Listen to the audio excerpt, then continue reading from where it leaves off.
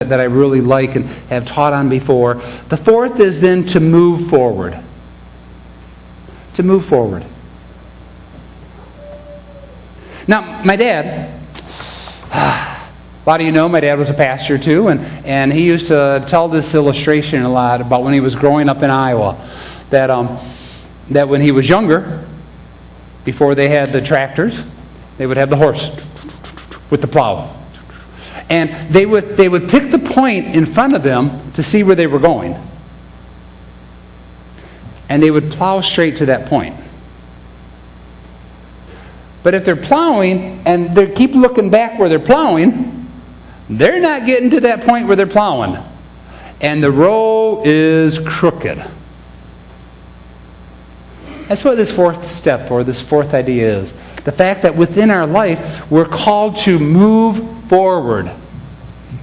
The Apostle Paul says, what lays behind me is done. When I was a child, I spoke like a child, I acted like a child. But when I became an adult, I put away some of those childish things. In other words, I gave up on some of those pains, some of those struggles within my life, and I'm moving forward. I am pressing on. Pressing on. I'm pressing forward to what God has to offer to me. We've got to actively choose. We need to learn to fight the bitterness and the desire for resentment, the desire to go back into that cesspool. We need to look forward within our life, accepting that Christ has offered us forgiveness. We're called to offer it to other people. C.S. Lewis says this: to be a Christian means to forgive the inexcusable because God has forgiven the inexcusable in you. Again, I truly, for me, I don't know about for you, for me, forgiveness is one of the hardest aspects of my Christian walk. But I got to remember that to be a Christian means to forgive the inexcusable because God has forgiven the inexcusable in me. Forgive us our debts as we forgive our debtors. Matthew West Matthew West is a Christian singer, and a couple years ago he asked for people around America to send him their stories. A lady by the name of Renee, whose daughter was killed by a drunk driver, sent her story in to Matthew West. Her story of the pain of losing her daughter. Her story of the pain of what all went on with it. Her story of the pain of going through the trial of the young man who killed her daughter in the car accident. We're just going to listen to her story right now.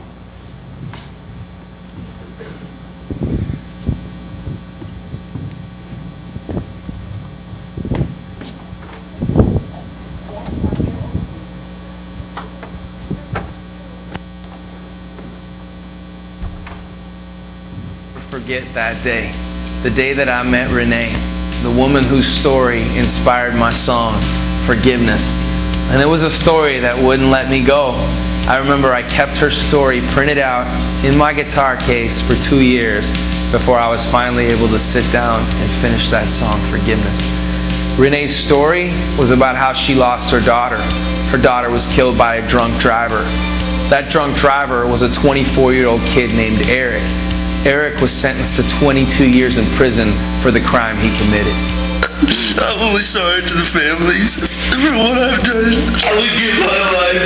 I would honestly give my life if I could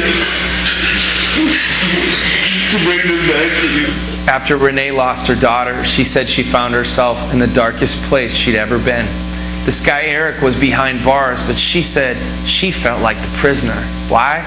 Because she had all this bitterness and hatred built up towards that young man who stole the life of her daughter.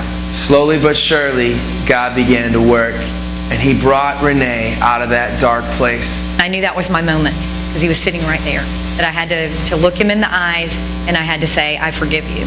At that moment, it was like the healing began. Today, a mother who lost her daughter 8 years ago to a drunk driver and the man behind the wheel of that vehicle joined together to speak to local students. When they give me a hug and they share their stories with me, it just lets me know that they can relate to me and that they understand that you don't have to be a bad person, you just have to make a bad choice. Now here's where the story comes full circle. We went on tour this fall with the Into the Light tour. We played Forgiveness every night, and Renee was a special guest at many of the shows. She shared her story with the audience in person. We did 4 shows in Florida, the state where Eric is currently in prison. And I was blown away when the Department of Corrections agreed to allow Eric to attend all 4 of those concerts. Tell you what, if you ever wondered what forgiveness looks like, what redemption looks like, what a miracle looks like, what healing looks like, what victory looks like, what freedom looks like, I can think of no better picture than what you're seeing on the stage. Renee and 11 of her family members each took turns standing before a judge and speaking on Eric's behalf. They asked the judge to cut his sentence in half so that he could start a second chance at life. The judge had never made this decision before, but after hearing Renee and everyone speak on his behalf, he agreed to cut Eric's sentence in half. And before the end of 2012, Eric will be a free man in more ways than one. Forgiveness, it changed it all around, and it let an inmate out. And as the song said, it set a prisoner free. And I might only be free for tonight, and I might have to go back to a prison, but I've been one of the most free prisoners in the world. I hope this song, Forgiveness, and the powerful story that inspired it has challenged you, maybe even forced you to ask yourself some questions. And when you think about it, there's some pretty life-defining questions, and they all revolve around that one word, forgiveness. Have I understood that I'm broken, I'm flawed, I'm imperfect, that I'm a prisoner, and that I need to embrace the forgiveness God offers to me? Do I really get it? Have I let it wash over me that God sent His only Son to die on a cross for me so that I don't have to wear the weight of all my sin and all my shame? You see, we all have that opportunity to experience the freedom that Eric has, to experience the joy and the victory and the healing that Renee has. We can be prisoners set free, and all we have to do is say, yes, God, I need you. I need your forgiveness in my life, and I accept it right here and right now. I pray that you won't let another second go by in your life without discovering the freedom that's found in the power of one word, forgiveness.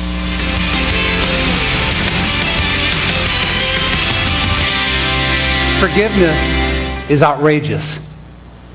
Really is outrageous. It releases both people. Forgiveness it's creative. It gives you new opportunities in your life. New opportunities to love, to walk with each other. Forgiveness is unpredictable. Who could have predicted this story? At first, Renee said that she held the bitterness.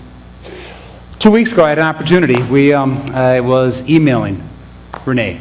We're talking back and forth, and she shared more of her life story. I shared some of my life story through the email with her, and after her daughter's death, her husband ended up leaving her also. And so she's had to struggle with a lot of forgiveness. And her prayer in the email, she just said, Pastor Greg, my prayer is that my story will help your congregation, the body of Christ in Kalamazoo, to understand what forgiveness is, for what she went through. And so I'm impressed that she would email me back and that she would be in prayer for all of you right now so that we could together understand when we say the Apostles' Creed, I believe in the forgiveness of sins, that we believe in the fact God has released us from our sin. We're called to release one another from sin, but we're also called to give forgiveness within our own heart.